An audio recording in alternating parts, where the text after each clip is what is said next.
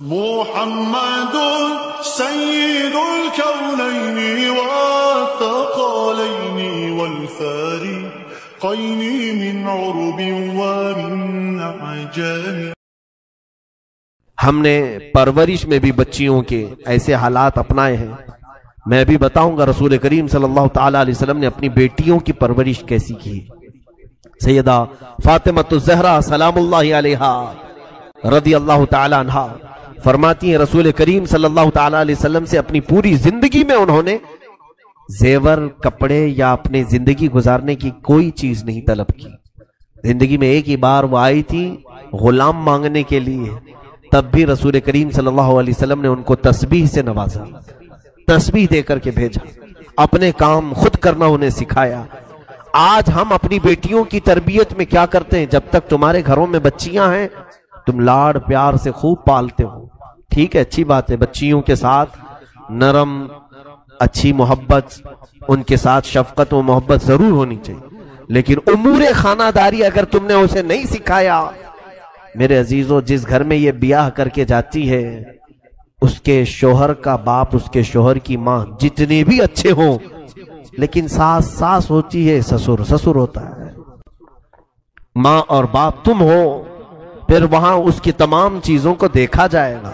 اگر وہ امور خانہ داری میں برابر نکلی تو وہ لوگوں کی نظر میں محبوب رہے گی، اچھی رہے گی، لیکن اکثر حالات ایسے بگڑے ہیں کہ ہم نے اپنی بچیوں کو لاڈ و پیار سے پالا، کچھ بھی نہیں سکھایا، نہ والدین کے ادب و احترام سکھائے، نہ بڑوں کے ساتھ گفتگو کرنے کے سلیقے ہم نے سکھائے، نہ لوگوں سے مل کر بات کرنے کے انداز ہم نے سکھائے۔ بچیاں کھیلتے کھیلتے ایسی بڑی ہو گئی، کیونکہ باپ کی نظر میں 25 سال کی بیٹی بھی جو ہے وہ بچی ہی ہوتی ہے۔ ارے ہماری ابھی تو چھوٹی بچی ہے، تمہارے لیے بچی ہے لیکن دنیا کے لیے نہیں۔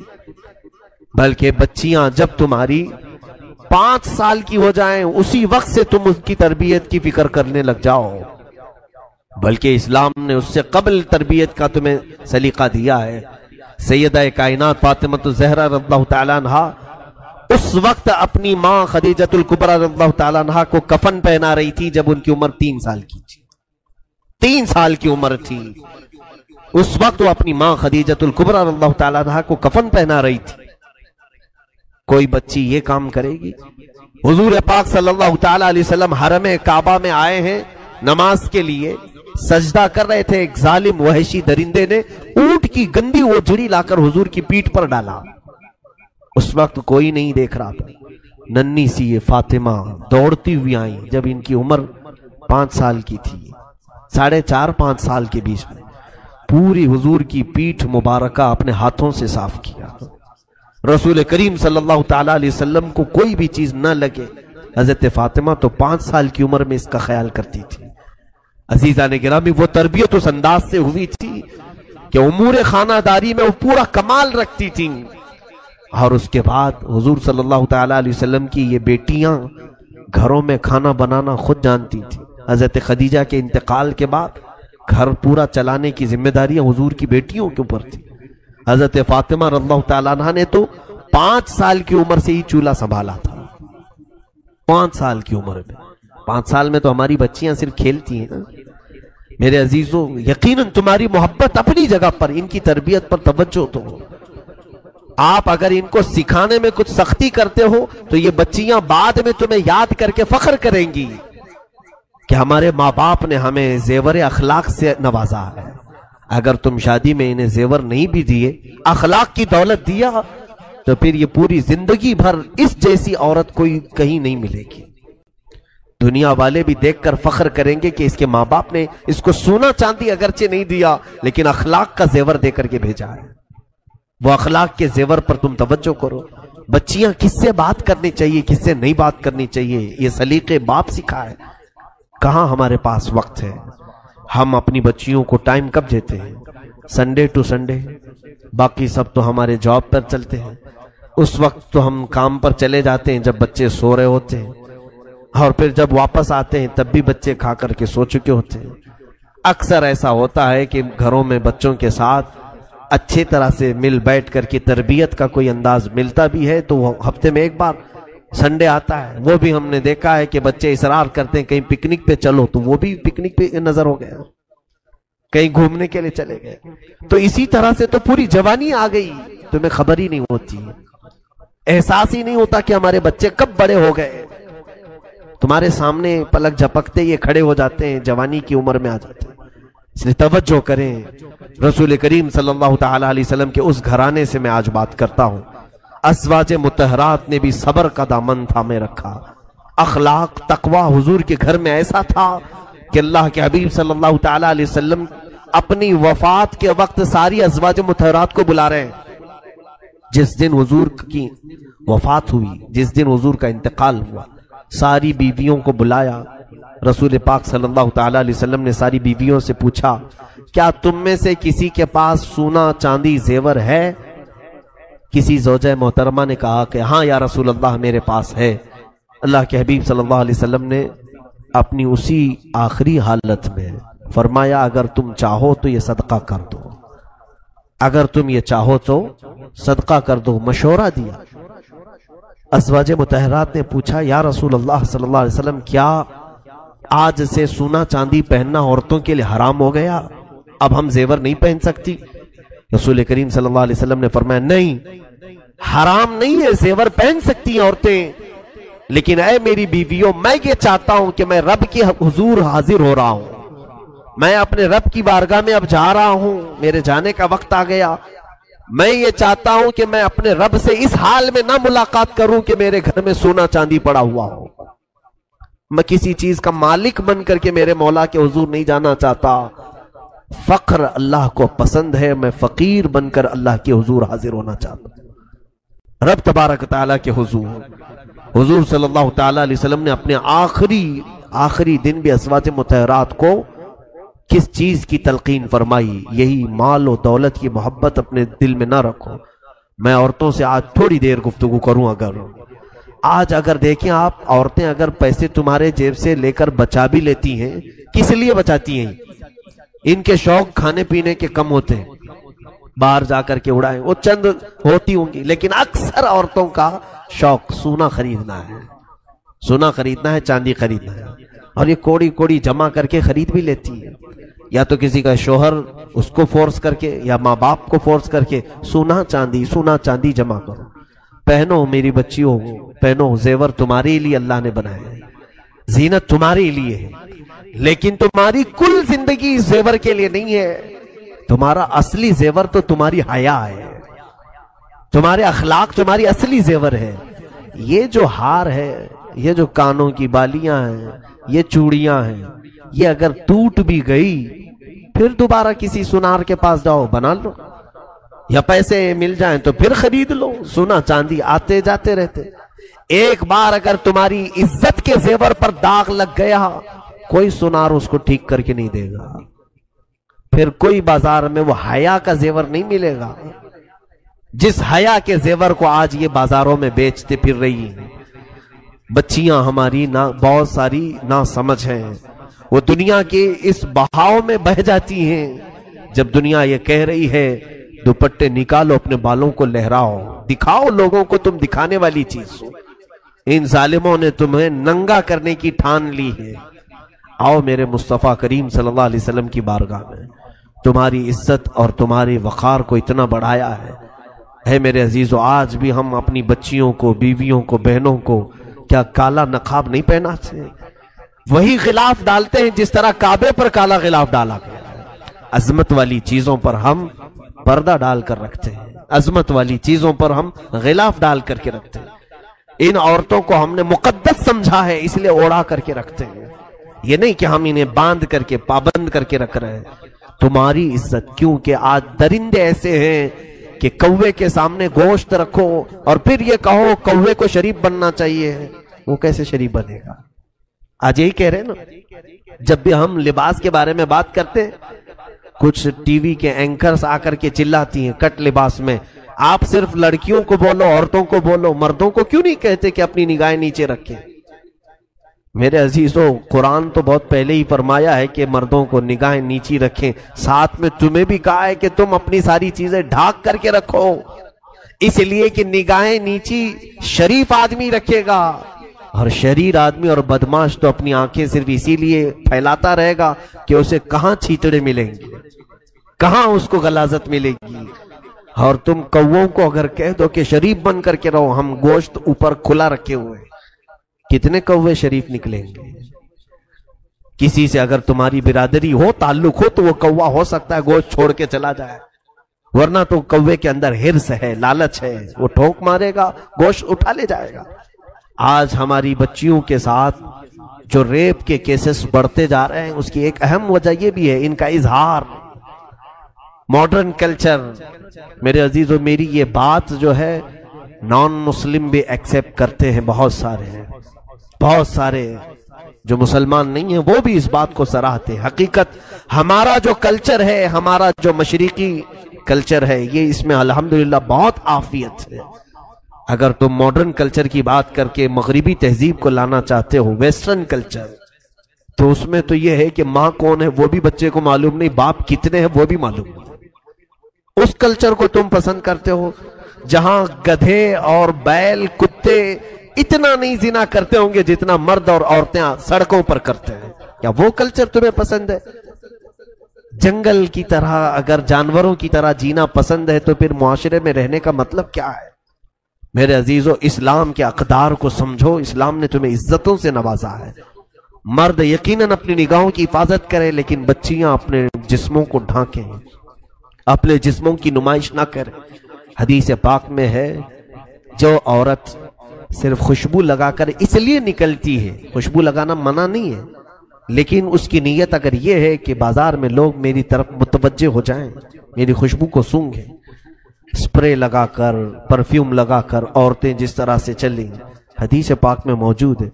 فرمایا رسول کریم صلی اللہ علیہ وسلم نے کہ وہ زنا کرنے والی عورت ہے، کہ اس نے لوگوں کو زنا کی دعوت دی، کتنوں کی خواہشوں کو بھڑکایا، کتنوں کی نگاہوں کو خراب کیا، یہ مرکز گناہ بن جاتی ہے۔ اور ایک حدیث پاک میں اگر کسی اجنبی مرد نے تمہارے جسم کو بلا حجاب چھوا، زنا بہت دور کی بات ہے، ایک عورت کے ساتھ دوسرا مرد اگر بغیر کسی شرعی تعلق کے چھوا ہے، چھونے کی بات آئی ہے، زنا کی نہیں، چھوا ہے، تو اس عورت پر قبر میں اللہ تعالیٰ 99 سانپ مسلط کرے گا۔ اس میں سے ایک سانپ اتنا قوت والا کہ وہ صرف پونچھ اگر پہاڑ پہ مارے تو پہاڑ پھٹ جائے گا، وہ اس عورت کی قبر پر سانپ مسلط کیے جائیں گے۔ تو اپنے جسم کو کسی کے حوالے ہرگز نہ کرو جب تک تمہارا نکاح نہ ہو جائے۔ اللہ تعالیٰ کی امانت ہو تم، ہماری بچیاں یہ دین اسلام کی امانت ہے، بلکہ میں تو کہتا ہوں رسول پاک صلی اللہ تعالیٰ علیہ وسلم کی عزت تمہارے دوپٹوں کے ساتھ ہے۔ تم نے اگر نکال پھینکا تو لوگ صرف تمہارے نام کو نہیں کوسیں گے، سیدھے فاطمہ زہرا کی کنیز کو بھی کوسنا شروع کریں گے کہ یہ نام اس کا فاطمہ ہے، نام اس کا آمنہ ہے، نام اس کا خدیجہ ہے، لیکن اس کا تعلق اخلاق سے کوئی بھی نظر نہیں آتا۔ عزیزان گرامی، میں بچیوں سے کہہ رہا تھا سونے اور چاندی کے اکٹھا کرنے میں جو دنوں رات لگا کر پیسے جمع کرتی ہیں، ٹھیک ہے جمع کر لیا، سونا بھی جمع کیا، چاندی بھی جمع کیا، پتہ ہے میں نے دیکھا ہے، اور جب اس کا انتقال ہو جاتا ہے گھر میں پردہ کر لیا گیا، ایک خاتون کا انتقال ہو گیا ہے، سب سے پہلے گھر کی عورتیں، بچیاں ہوں اس کی یا بہنیں ہوں یا اس کے رشتہ دار ہوں، آ کر کے سب سے پہلے وہی سونا نکالتی ہیں اس کے کانوں سے، اس کے گلے سے وہ ہار نکال لیتی ہیں، اس کے ہاتھوں سے وہ چوڑیاں نکال لیتی ہیں، پائل نکال لیے جاتے ہیں۔ تمہاری روح کیا نکلی کہ تمہارے گھر والے تمہارا پورا سونا تم سے سلب کر لیے، جس کے لیے تم کوڑی کوڑی جمع کرتے تھے۔ لیکن مجھے بتاؤ کہ جس بچی نے قرآن پاک کی کوئی سورہ یاد کی اور اس کی روح نکلی، مجال ہے پوری دنیا میں کہ کوئی آ کر کے تمہارے سینے سے وہ چھین کے دکھائے ہے؟ نکال سکتا ہے کوئی؟ تمہارے سینے میں وہ جو چیز محفوظ تھی وہ قبر میں بھی رہے گی۔ بلکہ حدیث پاک میں یہ ہے کہ جس نے قرآن کے حلال کو حلال سمجھا اور اس کے حرام کو حرام سمجھا اور اس کے پاس سینے میں قرآن کا کوئی حصہ محفوظ رہا تو اس سینے کو قبر کی مٹی بھی نہیں کھائے گی۔ دنیا والے تو چھوڑے، یہاں جس زیور کے لیے آج بچیاں ہماری جان توڑ کوشش کر رہی، میں کہتا ہوں خاطر خواہ زیور اگر تمہیں مل جائے، ایک میانہ روی، بہت زیادہ بھی نہ ہو اور بہت زیادہ بخالت بھی نہ ہو، اگر ہے تمہارے پاس مال تو جتنا تم اپنے سٹیٹس کو دیکھو، اپنے درجات کو دیکھو، اسی اعتبار سے اپنے زیور کو خریدو اور استعمال کرو۔ میں حرام بھی نہیں کہہ رہا ہوں، عورتیں ضرور اپنی بالیاں پہنے، چوڑیاں پہنے، ہار پہنے، ہم تو عورتوں کو زینت کے لیے یہ تمام چیزیں دلا بھی سکتے ہیں، لیکن درمیانی راستہ اختیار کریں، اس میں اتنا بھی زیادہ نہ ہو کہ کوئی غریب بچی دیکھ کر کے للچانے لگ جائے، کاش میرے پاس مال ہوتا میں بھی ایک بڑا ہار لے لیتی۔ ایسا بھی نہ ہو کہ کئی بچیاں ہمارے نکاح میں چلی جاتی ہیں، ان کے پاس ایک چھوٹی سی بالی بھی نہیں ہوتی کان کی، ان کے لیے ایسا وقت نہ آئے کہ تمہیں دیکھ کر کے وہ افسوس کرنے لگے۔ عزیزان گرامی، میانہ روی اختیار کریں، درمیانہ راستہ اختیار کریں۔ رسول کریم صلی اللہ تعالیٰ علیہ وسلم کے اس گھرانے میں کبھی ایسا ہوا ہے کہ حضور صلی اللہ تعالیٰ علیہ وسلم تشریف لائے ہیں، 3 دن تک 4 دن تک کسی بھی زوجہ مطہرہ کے گھر میں چولہا نہیں جلایا جاتا، کھانا ہی نہیں بنتا تھا، یا تو وہ روزے سے ہوتی ہو یا تو فاقے سے ہوتی، لیکن شکایت کبھی نہیں کرتی۔ عورتیں یہ بھی سیکھیں کہ مرد کی تمام حالتیں ہمیشہ ایک طرح کی نہیں ہوتی۔ آج جب تمہارا نکاح ہوا تھا، تمہارا شوہر نوکری پر تھا، بزنس کرتا تھا، اچانک مندی آ گئی یا پھر اس کی نوکری چھوٹ گئی، تو کیا عورتیں اس مرد کو چھوڑ دیں گی؟ عورتیں اس مرد کو ہمیشہ کے لیے چھوڑ کر بھاگ جائیں گی کہ اب یہ کماتا نہیں ہے، کچھ پیسے نہیں لاتا ہے؟ ایسے کئی معاملات ہم نے بھی دیکھے ہیں۔ 25 سال کھلایا لیکن اب اس کی طاقت میں کمی آ گئی، کچھ تو ہوا جس کی وجہ سے اب کام کاج نہیں کرتا، تو عورتیں ہر جگہ جا کر کے شہرا کرتی ہیں، میرا شوہر ناکارہ ہے، نکما ہے، کچھ کام نہیں کرتا۔ بخاری شریف کی حدیث میں کل ہی پڑھ رہا تھا، رسول کریم صلی اللہ علیہ وسلم نے فرمایا، میں نے جہنم میں سب سے زیادہ عورتوں کو دیکھا۔ صحابہ نے پوچھا، یا رسول اللہ صلی اللہ علیہ وسلم کس وجہ سے؟ حضور فرماتے، ہن یکفرن العشیر، وہ اپنے شوہروں کی نافرمانی کی وجہ سے۔ پوچھا کہ کیا کرتی ہیں وہ شوہروں کے ساتھ؟ حضور صلی اللہ تعالی علیہ وسلم فرماتے ہیں کہ اذا احسنت احداہن الی احداہن الدہر، یعنی جب تم ان میں سے کسی ایک کے ساتھ پورا زمانہ بھر احسان کرو، زندگی بھر تم اس کے ساتھ احسان کرو، پھر جب تم میں سے ایک چیز اگر اس کو نہیں ملی تو کہتی ہے کہ میں نے تیرے ساتھ کبھی بھلائی دیکھی نہیں، تو نے کبھی کچھ اچھا کام کیا ہی نہیں میرے ساتھ۔ یہ جملہ عورتوں کا انہیں دوزخ میں لے جائے۔ حضور صلی اللہ علیہ وسلم فرماتے ہیں ان کا یہ کہنا کہ تو نے میرے ساتھ کبھی بھلا کیا ہی نہیں، وہ دوزخ میں۔ ایسی کتنی عورتوں کو دیکھیں آپ، وہ یہی کہتے کبھی اس نے میرے ساتھ اچھا نہیں کیا، جبکہ کھلا رہا ہے وہ تمہیں، جبکہ وہ کپڑے تمہیں پہنا رہا ہے، تمہارے بچوں کی پرورش کر رہا ہے، محض یہ ہے کہ تمہاری بہت زیادہ خواہشات کو اس نے پورا نہیں کیا۔ ایسے کئی واقعات ہمارے سامنے ہیں کہ غلط خواہشات عورتوں کی مردوں کو غلط راستے پر لے آتی ہیں۔ ایک بہت اچھا نوجوان ہمارے پاس نماز پڑھتا تھا، مقتدی تھا ہمارا، اچانک وہ غائب ہوا، کئی دن تک نہیں تھا، اور کئی سالوں کے بعد اس کو پھر دوبارہ ہم نے دیکھا تو معلوم کیا بہت بری حالت ہے اس کی، شراب پیتا ہے، باہر کٹوں پر پڑا رہتا ہے، نیک آدمی تھا۔ اس کو بلوایا، پوچھا کیا حالت ہے تیری، کیوں ایسے بن گیا؟ وہ رونے لگا، اور پھر اس نے جو واقعہ بتایا میں نے کئی جگہ پر اس کو ذکر کیا، کہا کہ میری شادی ہوئی، میں بہت زیادہ محبت کرتا ہوں میری بیوی سے، اور محبت سے شادی کیا تھا۔ شادی کے بعد میری نوکری تھی اپنے ہی شہر میں، لیکن میری تنخواہ پوری نہیں ہو پاتی تھی، میری بیوی کے جو خواہشات تھے میں اس کو پورا نہیں کر پاتا تھا۔ میری بیوی کے لیے پھر مجھے اپنا شہر چھوڑ کر بنگلور جانا پڑا، میں نے کوئی بڑی نوکری کی تلاش کی، وہاں پہنچا، وہاں پہنچ کر کے جب میں کمانے لگا تھوڑی زیادہ پیسے ملے اور بھیجتا تھا، لیکن گھر میں مہینہ ہونے سے پہلے ہی وہ سارے پیسے خرچ ہو جاتے ہیں۔ پھر اخراجات کے لیے میری بیوی مجھے پتہ نہیں کیسے کیسے تانے مارتی، تو پھر ایسا ہوا کہ میں قرض لینا شروع کیا، قرض میں بھی ڈوبا، ٹینشن اتنا بڑھ گیا، گھر پیسے بھیجنے کا اور ادھر قرض خواہوں کا۔ اس اثنا میں سگریٹ پینے لگا۔ لوگوں نے کہا کہ سگریٹ پئیں گے تو تھوڑا سا ٹینشن کم ہوتا ہے۔ پیتے پیتے یہاں تک عادت لگ گئی کہ نوکری جس میں جاتا تھا وہاں کی نوکری بھی چھوٹ گئی، تو غم کی وجہ سے دوست ملے ایسے کہ انہوں نے شراب کی لت لگا دی، اور شراب پی کر کے رات بھر پتہ ہی نہیں چلتا تھا کہ کون سی نوکری کون سی بیوی، سب ختم۔ اور اس کے بعد حالت ایسی ہو گئی کہ شراب پی پی کر کے اس کے پھیپڑے خراب ہو گئے، اس کے گردے سڑنے کو آ گئے، اتنی کثرت سے اس نے پی۔ عمر اس کی 35 سال کی عمر میں اتنے ساری چیزیں کر لیا۔ خیر اس کے بعد اس کی حالت صحیح ہوئی تھوڑی سی، لیکن اس خاتون کے متعلق میں نے نصیحتاً اس کے گھر بھی بھیجا کہ آپ ہمارے اسلام سے تعلق رکھنے والی میری بہن، ایک مرد کے بگاڑنے میں یا اس کے بگڑنے میں تمہاری خواہشات کا بڑا رول ہے۔ کاش اگر تم اس کو یہ کہتی کہ شراب اور سگریٹ کو ہاتھ مت لگانا، چاہے مجھے آدھی ہی روٹی کیوں نہ بھیجو، اگر یہ کہتی تو شاید تیرا شوہر آج اس طرح سے گردوں کی بیماری میں نہیں ہوتا۔ آج اس کی بیماری پر کوئی دیکھنے والا نہیں ہے، اور واویلا کرتی پھرتی ہے کہ مجھے مسکین بنا ڈالا، کم عمر میں مجھے ایسی نوبت پر لے آیا۔ یہ ساری وجہیں عورتیں کبھی کبھار بن جاتی ہیں۔ میں خواتین سے ضرور کہوں گا کہ اپنے شوہروں سے طلب کریں، تم محبت کے ساتھ ساری چیزیں طلب کرو، لیکن اتنا پریشر نہ ڈالو کہ وہ حرام کاموں کی طرف چلا جائے، اتنا پریشر نہ ڈالو کہ وہ تمہارا شوہر حلال کو چھوڑ کر کے پھر ڈاکہ زنی کرنے لگ جائے، چوری کرنے لگ جائے۔ ظاہر سی بات ہے، جس شوہر کی آمدنی 1000 روپے ہو، تم 5000 کا میک اپ سیٹ مانگو گی تو چوری کر کے لائے گا نا، یا تو پھر کسی کو ٹوپی پہنائے گا، دھوکہ دے گا، یا تو پھر قرضہ لے کر کے آئے گا، شریف آدمی بھی ہو۔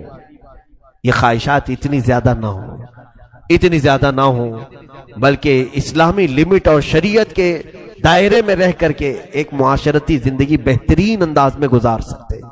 وہ زندگی آؤ میرے مصطفیٰ کریم صلی اللہ علیہ وسلم کے گھر والوں میں، آقا کونین صلی اللہ تعالیٰ علیہ وسلم۔ ایک بات سن لیجئے آپ، حضرت ابو ہریرہ کہتے ہیں، سیدنا ابو ہریرہ رضی اللہ تعالیٰ، یہ کون سے صحابی؟ اصحاب صفہ میں سے، جو 70 صحابہ حضور کی مسجد میں ہمیشہ رہتے تھے، گھر بار چھوڑ کر کے آئے، اور صدقے پر یہ چلتے تھے، جو کچھ بھی ان کو صدقہ آتا تھا وہی کھاتے تھے۔ ایک بار 2 دن تک کچھ بھی نہیں آیا۔ حضرت ابو ہریرہ کہتے ہیں میں نے پیٹ پر رسی باندھ لیا کہ پیٹ کھلا رہتا ہے تو بھوک زیادہ لگتی ہے، ٹائٹ کر لو تو بھوک کم لگتی تھی۔ پھر میں نکلا جا کر کے حضور کو دکھاؤں، اسی اثنا میں حضور اپنے حجرے سے باہر نکل رہے تھے۔ میں نے کہا کہ یا رسول اللہ صلی اللہ علیہ وسلم، اصحاب صفہ میں 2 دن سے کوئی صدقہ ہی نہیں آیا، نہ کھجوریں نہ دودھ، اور میرا پیٹ جو ہے بھوک کی شدت کی وجہ سے سکڑتا جا رہا ہے۔ اللہ کے حبیب صلی اللہ تعالیٰ علیہ وسلم نے اپنا جبہ اٹھا کر کے دکھایا۔ حضرت ابو ہریرہ کہتے ہیں حضور نے بھی رسی سے 2 پتھر باندھے تھے۔ کہا ابو ہریرہ میں نے بھی 3 دن سے تو کچھ بھی نہیں کھایا۔ اللہ کے حبیب صلی اللہ تعالیٰ علیہ وسلم کا یہ فرمان سن کر حضرت ابو ہریرہ کہتے ہیں مجھے بڑی شرمندگی ہوئی، میں نے کیوں ذکر کیا، لیکن میرے آقا صلی اللہ علیہ وسلم نے فرمایا ابو ہریرہ چلو تمہیں بھوکا نہیں چھوڑوں گا، ساتھ میں چلو۔ نکلے، دوپہر کا وقت تھا، دیکھا باہر مسجد نبوی کے حضرت ابو بکر اور حضرت عمر بھی آئے ہوئے تھے۔ حضور نے ان سے پوچھا کہ کیسے باہر آنا ہوا؟ وہ دونوں بھی اپنا پیٹ پکڑ کر کہہ رہے تھے یا رسول اللہ بھوک نے ہمیں باہر لایا۔ حضرت ابو بکر تو یہ کہہ رہے تھے بھوک شدت کی لگی ہے تو اس وقت باہر کیوں آئے؟ کہا چہرے رسول دیکھتے ہیں تو بھوک ختم ہوتی ہے۔ رسول کریم صلی اللہ تعالیٰ علیہ وسلم کے چہرے پاک کو دیکھ کر بھوک کو کم کرنا، یہ وہ صحابہ جو پوری دنیا پر حکمرانی کر چکے، یعنی عدل و انصاف کے اعتبار سے۔ یہ صحابہ فاقہ میں رہتے تھے اور حضور صلی اللہ علیہ وسلم نے ان تینوں کو لے کر ایک جگہ کی طرف کا قصد فرمایا اور حضور سیدھے حضرت ابو ایوب انصاری کے مکان پر آئے۔ یہ میزبان رسول ہیں، جس وقت میرے آقا مدینے میں اترے تھے تب بھی پہلے ان کے ہی گھر پہ اترے۔ حضور صلی اللہ تعالیٰ علیہ وسلم ان کے گھر پر سیدھے اندر آئے، کہا ابو ایوب ہیں؟ ان کی بیوی نے کہا باہر گئے ہیں کام پر۔ کہا گھر میں کچھ کھانا ہے؟ ان کی بیوی کہنے لگی ابھی تو کچھ بنا نہیں. اسی اسنا میں انہوں نے بلوایا اپنے شوہر کو. حضرت ابو ایوب بھاگتے ہوئے آئے. کہا دوپہر کے وقت رسول خدا صلی اللہ علیہ وسلم کا میرے گھر پر آنا. اور انہوں نے اپنی بیوی سے کہا 6 مہینے کی بکری کا ایک بچہ ہے, جلدی ذبح کرو اور اسے کھلا دیتے ہیں. انہوں نے بکری کو ذبح کیا. رسول کریم صلی اللہ تعالی علیہ وسلم کے لیے سالن بنا. کتنے لوگ تھے؟ ابو بکر, عمر, حضرت ابو ہریرہ رضی اللہ تعالیٰ عنہ. حضور صلی اللہ تعالی علیہ وسلم دسترخوان پر بیٹھے ہیں, سالن بنا. حضرت ابو ہریرہ فرماتے ہیں اس گوشت کے سالن کی خوشبو آدھی بھوک ختم کر چکی تھی. حضرت ابو ایوب نے جب وہ سالن پیش کیا دسترخوان پر, سنیے میرے عزیزو, اللہ کے حبیب صلی اللہ علیہ وسلم فرماتے ہیں ابو ایوب ایک اور برتن ہو, ایک اور کھٹوری ہو تو لے آؤ. وہ لے آئے. سالن کو حضور نے آدھا آدھا کیا اور کہا جاؤ میری بیٹی فاطمہ کے گھر پہنچاؤ. 8 دن سے وہ فاقے میں. فاطمہ کا 9واں دن ہے آج فاقے کا. حضور پاک صلی اللہ تعالی علیہ وسلم کی لخت جگر سیدہ کائنات, لیکن انہوں نے احساس تک نہیں ہونے دیا. حضرت ابو ہریرہ کہتے ہیں اصحاب صفہ کا جو چبوترا تھا کہاں ہے جانتے؟ حضرت فاطمہ کے گھر سے لگ کر کے تھا. جہاں یہ اصحاب صفہ بیٹھتے ہیں بی بی فاطمہ کے گھر سے لگ کر کے تھا. حضرت ابو ہریرہ کہتے ہیں 9واں دن فاطمہ کے فاقے کا ہے. ہم 2 دن میں صبر نہ کھا کر باہر نکل آئے. فاطمہ کے گھر سے چوں کی آواز تک نہیں آتی تھی. وہاں حسنین کریمین بھی پل رہے ہیں, مولا علی شیر خدا بھی ہیں. ان کا مسجد میں آنا جانا کسی کو احساس تک نہیں دلاتا تھا کہ گھر میں کوئی چیز کی کمی ہے. یہ اہل بیت کا گھرانہ ہے میرے عزیزوں. جتنے بھی ان کے تذکرے کیے جائیں وہ کم ہے. انہوں نے پوری دنیا کو جینے کا ایک مزاج دیا ہے. آج سب سے زیادہ اگر ہم اپنے اندر کی خرابیاں ختم کر سکتے ہیں تو 2 چیزیں. قناعت اختیار کرو, جتنا ملے اس پر صبر, اس کو قناعت کہتے ہیں. آج رب تبارک و تعالیٰ نے مجھے جو دیا ہے یہ بہت ہے, کافی ہے. یہ ایک بار کہہ کر کے تو دیکھو, مولا تعالیٰ بے انتہا پھر تمہیں نوازتا ہی رہے گا. ہر بندہ یہ کیا کہتا ہے ابھی بس نہیں ہوا. ارے اتنے سے تھوڑی نہ چلتا ہے. ایک نوکری کرنے والا پھر آ کر کے کہتا ہے حضرت اور ایک نوکری کرنا چاہتا ہوں خالی ٹائم میں. کہا اتنے سے کافی نہیں ہو رہا ہے. کہاں اتنے سے ہو پائے گا, بمبئی کی مہنگائی ہے, جبکہ کھانا پانی ساری چیزیں چل رہی ہیں. قناعت کرنا کا اگر تمہارے اندر مزاج پیدا ہو گیا تو یہی تمہارے اسی انکم کو اللہ تعالیٰ اتنی بڑی بنائے گا کہ تم اپنا گھر چلا کر کے بھی کئی لوگوں کو قرضے دیتے رہو گے. برکت اس کا نام ہے, برکت کثرت کا نام نہیں. آپ اگر یہ سوچ کر کے بیٹھے ہوئے کہ اگر آپ کی تنخواہ آج 25,000 ہے اور پڑوسی کی تنخواہ 1 لاکھ ہے تو یہ مت کہنا کیا برکت ہے اس کے گھر. برکت نہیں, اس کے گھر میں کثرت ہے. کثرت یعنی بہت زیادہ ہے. زیادہ ہونے کو برکت نہیں کہتے. اگر تم 25,000 میں کھا پی کر کے کسی کے محتاج نہیں تو اس 1 لاکھ سے تمہارے 25 بہتر ہے, تمہارے پاس برکت ہے. تو یہ چیز اللہ کی بارگاہ میں طلب کرو کہ مولا جتنا تو عطا کرے اس پر مجھے صبر عطا کر. یا عورتیں بھی, مرد بھی, بچے بھی. بچوں کی تربیت میں ایک خاص عنصر یہ جو ہمارا ہوتا ہے, یہ ضروری نہیں کہ تمہارے بچے جو بھی طلب کریں فوراً اس کو حاضر کر دو. یہ ہم لوگ چاہتے ہیں نا. کچھ لوگ تو کہتے ہیں ہماری کمائی آخر ہے کس کے لیے, انہی کے لیے تو ہے. جو مانگے وہ لا کر کے دے دو, جو طلب کرے وہ لا کر کے دے دو. یہ بری خصلت بچوں میں ہم نے ڈالی. اس کے بعد ہوتا یہ ہے کہ باپ سے تو مانگ سکتے ہیں لیکن پھر بعد میں دوسروں سے جب یہ وہی چیز مانگنے لگ جاتے ہیں ان کے منہ بگڑ جاتے ہیں. کیسی عورت ہے یہ کہ صرف مانگتی رہتی ہے, منہ کھلتا ہی رہتا ہے. کیوں؟ اس کا قصور کیا ہے؟ آج وہ شوہر سے جو مانگ رہی ہے اس کی عادت اس کے باپ نے ڈال کر رکھی تھی. وہ بار بار پوچھتی تھی, باپ ہر چیز لا کر کے دے دیتا تھا. کبھی کبھار بچیوں کو یہ بھی صبر سکھائیں. جیسے رسول کریم صلی اللہ علیہ وسلم چاہتے تو اپنی بیٹی کو 1 نہیں 10 خادم دے سکتے تھے. میری فاطمہ عیش سے زندگی گزارے. بدر کے قیدی غلام بنا کر کے دیے جا رہے تھے. حضرت فاطمہ کو حضور 10 غلام دے سکتے, اور صحابہ کو اعتراض کیا ہوتا؟ جنتی خواتین کی سردار کے گھر میں اگر 10 خادم کام کر رہے فخر سے کام کر سکتے تھے. لیکن حضور نے کیا کہہ کر کے بھیجا؟ فاطمہ جاؤ, صبر کرو, تھکن زیادہ ہو جائے تو رات میں تسبیح پڑھو. کبھی کبھار بچیوں کو یہ بھی تلقین کرو. ہر دن اگر اچھے کھانے کی عادت ہمارے پاس ہے تو جان بوجھ کر کے کبھی ہلکا کھانا انہیں کھلانے کی عادت ڈالو تاکہ برے اوقات میں انہیں صبر کرنے کا سلیقہ آ جائے. برے اوقات میں ان کو صبر کرنے کا طریقہ آ جائے. مجھے بات یاد آتی ہے, میں میری تعریف کے لیے نہیں کہہ رہا ہوں, بچپن میں خود ہمارے گھر کی حالت ایسی کہ الحمدللہ ہمیں کبھی کسی چیز کی کمی نہیں ہونے دی. میرے والد محترم بڑے عالم دین تھے, لیکن کئی اوقات ایسے ہوتے کہ ہماری والدہ کو یا بہنوں کو کچن میں جانے سے روک دیتے کہ آج کھانا نہیں بنے گا, کوئی کھانا نہیں بنائیں گے. باقی سارے لوگ کیا کھائیں گے؟ سارے لوگوں کو چوڑا ہوتا ہے, اس میں کیلا پیس کر کے وہی کھلا دیتے. سخت ترین ہوتا, چبانے کے لیے کتنا ٹائم لگ جاتا. یہ آج ہمیں احساس ہوتا ہے کہ کبھی کبھار یہ سخت چیزیں بھی ان کے حلق سے اتارو تاکہ زندگی گزارنے کے ان کو سلیقے آ جائیں. کیونکہ وقت زندگی میں ہمیشہ ایک طرح نہیں ہوتا.